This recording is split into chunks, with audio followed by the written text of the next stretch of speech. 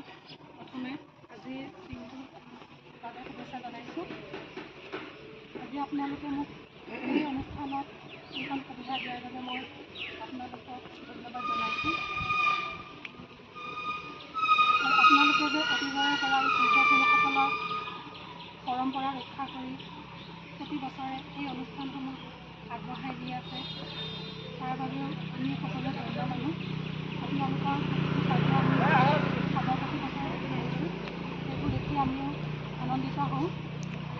আৰু আজি আপোনালোকে যিটো এটা মহৎ কাৰ্যসূচী ৰাখিছে বৃক্ষৰোপণ, সেই বৃক্ষৰোপণৰ ওপৰতে মই দুআষাৰ ক'ব বিচাৰিছোঁ। ইতিমধ্যে যোৱাকালিও আমাৰ বৃক্ষৰোপণ আমাৰ বিদ্যালয়ৰ ছাত্ৰ ছাত্ৰীসকলৰ জৰিয়তে হৈ গৈছে, কাৰণ যোৱাকালি আছিলে বিশ্ব পৰিৱেশ দিৱস। সেইটো আমি প্ৰতি বছৰে আমাৰ পৰিৱেশ ভাৰসাম্যতা ৰক্ষা কৰিবৰ বাবে আমি প্ৰতি বছৰে গোটেই দেশজুৰিয়ে পালন কৰি আহিছোঁ।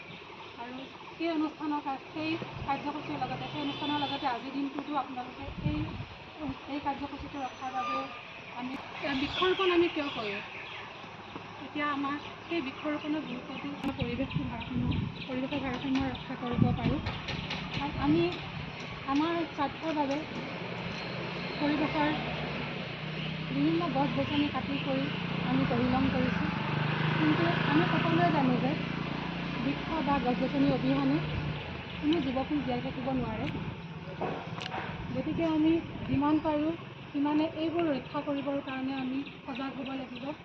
আমি গছ গছনি ৰুব লাগিব, কাৰণ পৰিৱেশৰ অৰ্থাৎ প্ৰকৃতিৰ সকলো জীৱকুলে, মানুহ তথা সকলো জীৱ জন্তু, চৰাই চিৰিকটি আদিয়ে আমাৰ উদ্ভিদৰ ওপৰত নিৰ্ভৰশীল। আৰু যিহেতু আমি উশাহত অক্সিজেন গেছ আমি লওঁ, সেই অক্সিজেন গেছটো আমি আমাৰ উদ্ভিদৰ পৰাই পাওঁ।